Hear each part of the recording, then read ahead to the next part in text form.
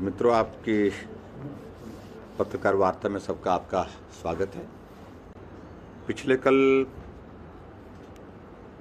आदरणीय मोदी जी के नेतृत्व में कैबिनेट की बैठक में एक बहुत महत्वपूर्ण निर्णय लिया गया है और वो निर्णय जो आज के दौर पर एक ग्लोबल इशू है, बेरोजगारी। और मेरा ये मानना है कि बेरोजगारी किसी देश का, किसी प्रदेश का ही मुद्दा नहीं है, ये ग्लोबल इशू आज की तारीख में है। और ऐसी परिस्थिति में सरकार की ओर से बेरोजगारी को दूर करने के लिए प्रयत्न करने चाहिए। इस दृष्टि से आदरणीय प्रधानमंत्री जी लगातार प्रयासरत रहे और पिछले कल जो बहुत महत्वपूर्ण घोषणा की, उस घोषणा का मैं स्वागत करता हूं। सबसे पहले तो 10 लाख नौजवानों को देश भर में अलग अलग विभागों में नौकरी देने का ऐलान करना, और ये मैं कह सकता हूं कि शायद आज तक के इतिहास में भारतवर्ष में पहली बार इतने बड़े स्केल पर नौकरी देने का निर्णय करना फेज्ड मैनर में, और इस निर्णय का मैं स्वागत करता हूं, अभिनंदन करता हूं। स्वाभाविक रूप से केंद्र सरकार के अलग अलग विभागों में जहां जहां भी रोजगार की संभावनाएं हैं, उन सारी संभावनाओं को तलाशने का प्रयत्न काफ़ी तेज़ी से पिछले दिनों चला हुआ था और उसके लिए एक चरणबद्ध तरीके से रिक्रूटमेंट की प्रोसेस शुरू हो और उस प्रक्रिया को 1.5 साल के अंदर उसको पूरा किया जाए, इस दिशा में केंद्र सरकार ने निर्णय लिया है। और इसी को फर्दर सप्लीमेंट करते हुए आगे बढ़कर के मैं एक बात और कहना चाह रहा हूं। पिछले कुछ वक्त से हम देख रहे थे कि कुछ लोग विपक्ष के बहुत सारी बातों को लेकर के जिक्र करने की कोशिश कर रहे थे कि सेना में भर्ती नहीं हो रही है। मोदी जी की सरकार में सेना की भर्ती पर रोक लगा दी। ये आरोप लगाने का प्रयत्न हमारे विपक्ष के लोग गाहे बगाहे करने की कोशिश कर रहे थे। मित्रों, आप सबको इस बात की जानकारी है कि हमारा एक बहुत बड़ा स्पैन, लगभग 2-2.5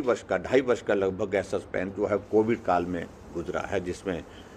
पूरी दुनिया बड़े संकट के दौर में से गुजरी, देश भी और प्रदेश भी। और कोविड की परिस्थिति में रिक्रूटमेंट की प्रोसेस हालांकि चलती रही, लेकिन ये भी बात सत्य है कि जिस प्रकार से कोविड के कारण जो सोशल गैदरिंग पर रिस्ट्रिक्शंस थी, क्योंकि जब भर्ती होती है तो हजारों की संख्या में नौजवान भर्ती की प्रक्रिया में शामिल होते हैं और उस कारण से भी उसमें कठिनाई रही। लेकिन सबसे बड़ी बात मैं ये कहना चाह रहा हूं कि देश के हमारे यशस्वी प्रधानमंत्री नरेंद्र भाई मोदी जी लगातार इस सारे विषय को लेकर के चिंतन मंथन करने के लिए अधिकारियों के साथ, एक्सपर्ट्स के साथ और अपने जो राजनीतिक टीम उनके साथ लगातार चल रहे थे। और पिछले कल एक बहुत महत्वपूर्ण निर्णय उस सारे प्रक्रिया के पश्चात आया और मैं कह सकता हूं कि ये पूरे देश के लिए एक ऐतिहासिक निर्णय होगा कि हमारे देश के नौजवान राष्ट्रभक्ति के साथ, देश प्रेम के साथ देश की सेवा कर सके। एक जज्बा हमारे नौजवानों के बीच में, जोश और जुनून का देश के प्रति बने, उस दृष्टि से एक महत्वाकांक्षी योजना का पिछले कल ऐलान हुआ और जिसका जिक्र आज समाचार पत्रों में भी आया है, अग्निपथ, मैं उस निर्णय का आदरणीय प्रधानमंत्री जी का अभिनंदन करता हूँ और उनको बधाई देता हूँ हिमाचल प्रदेश सरकार की ओर से। और हमारे लिए गर्व का विषय ये भी है कि हिमाचल प्रदेश भले ही छोटा राज्य है, लेकिन देशभक्ति की भावना के साथ देश के लिए कुर्बानी देने वाले राज्यों में हिमाचल प्रदेश सदैव अग्रणी रहा है। और इस अग्निपथ की इस योजना के अंतर्गत हर वर्ष जो है वो 17.5 साल से 21 वर्ष की आयु तक हमारे नौजवान 4 वर्षों के लिए अग्निवीर के रूप में उसमें नियुक्ति ले सकते हैं, यानी कि उनको नियुक्त किया जाएगा। और मुझे इस बात की भी प्रसन्नता है कि एक साल में इसमें कुल 46,000 पद जो है अग्निवीर के भरे जाएंगे। ये निर्णय एक ऐतिहासिक निर्णय है और सबसे बड़ी बात तो यह है कि छोटी आयु में देश के लिए मर मिटने की भावना को पैदा करना, देश के लिए समर्पित होकर के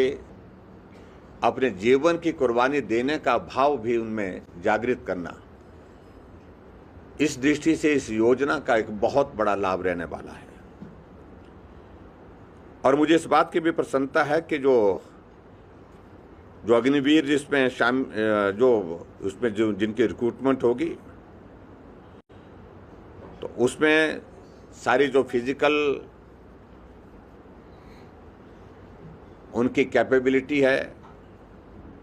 उनकी योग्यता है, और सेना में जो नॉर्म्स कुछ रहते हैं उन सारी चीज़ों को लेकर के डिसिप्लिन के उन सारी प्रक्रियाओं को पूरा करने के पश्चात इसमें चयन किया जाएगा। और चयनित होने के पश्चात 30,000 रुपये उनको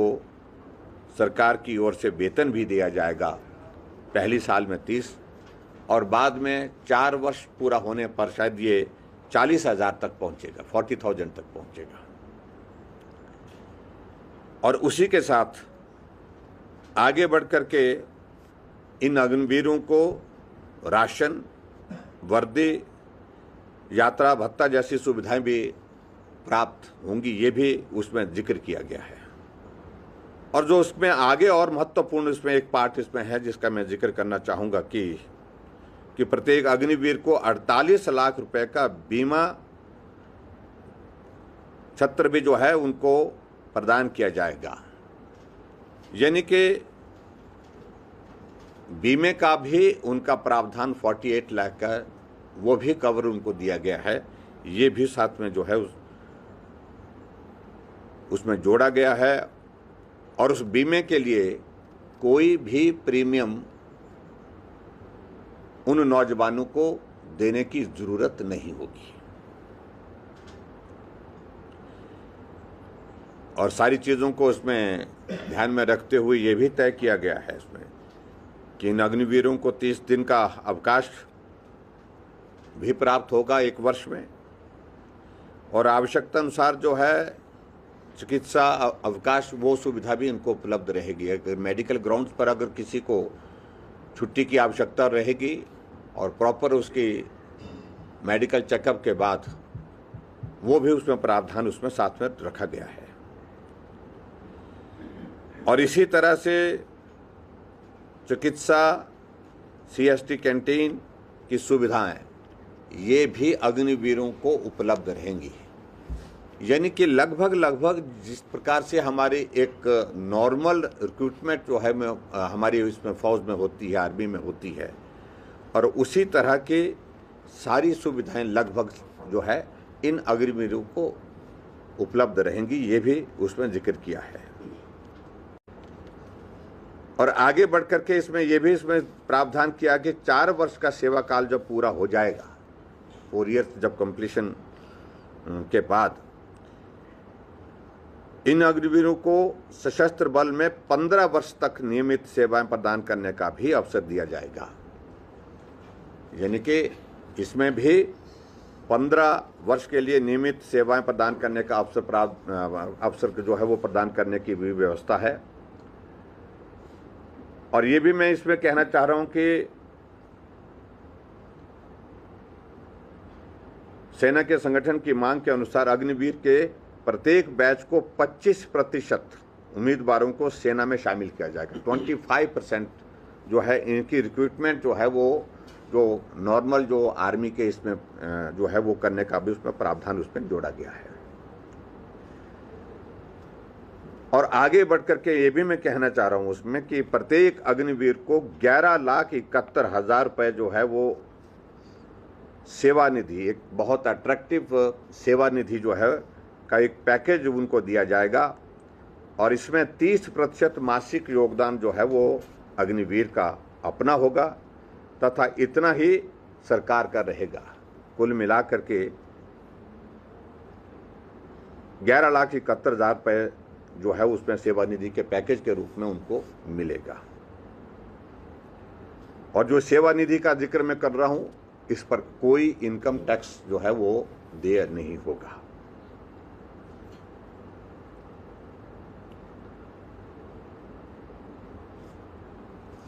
कुल मिलाकर के मैं आपके बीच में ये जरूर कहना चाहता हूं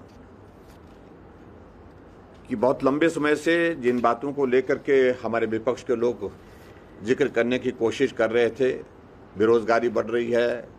और बेरोजगारी के लिए नरेंद्र मोदी जी ने क्या किया, नौजवानों के लिए क्या किया, खासतौर से इस बात का जिक्र करने की कोशिश कर रहे थे। रिक्रूटमेंट को, आर्मी की रिक्रूटमेंट को लेकर के कहने की कोशिशें हो रही थी कि रिक्रूटमेंट नहीं हो पा रही है। और मैंने आपको उसका वैलिड रीज़न बताया कि कोविड एक दौर ऐसा रहा जिसके कारण जो है आर्मी में भर्ती की प्रक्रिया जो है उसमें थोड़ी प्रभावित हुई। सभी चीज़ों को लेकर के जहाँ मास स्केल पर जो है भर्ती होती है तो वहाँ पर उस तरह की दिक्कतें आई हैं। लेकिन फिर भी उसके बावजूद मुझे इस बात की खुशी है कि इन दो निर्णयों से, एक तो 10 लाख नौजवानों को 1.5 साल के कार्यकाल में पूरे देश भर में रोजगार उपलब्ध कराने की बड़ी घोषणा, और उसके साथ साथ में आर्मी में भर्ती होने वाले हमारे अग्निवीर जिनके लिए विशेष योजना अग्निपथ जो है वो बना करके तैयार की, इस सारी योजना का भी मैं अभिनंदन करता हूं, स्वागत करता हूं। और मैं कह सकता हूं कि निश्चित रूप से भारत के इतिहास में इस प्रकार का जज्बा नौजवानों के बीच में भरने के लिए, जहां देशभक्ति, जहां देश प्रेम, देश के लिए मर मिटने की भावना पैदा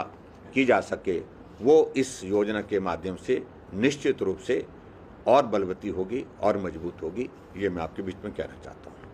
और विशेष तौर से आज की पत्रकार वार्ता में मैं इसी विषय को लेकर के थोड़ा, हालांकि पिछले कल इसमें मीडिया में काफ़ी हद तक इसमें आ गया है, लेकिन मैं हिमाचल प्रदेश की ओर से इस देवभूमि और इस देवभूमि के साथ वीरभूमि जिस प्रदेश को कहा जाता है, यहाँ की जनता की ओर से आदरणीय प्रधानमंत्री जी के इस बहुत महत्वपूर्ण निर्णय का अभिनंदन करता हूँ और स्वागत करता हूँ।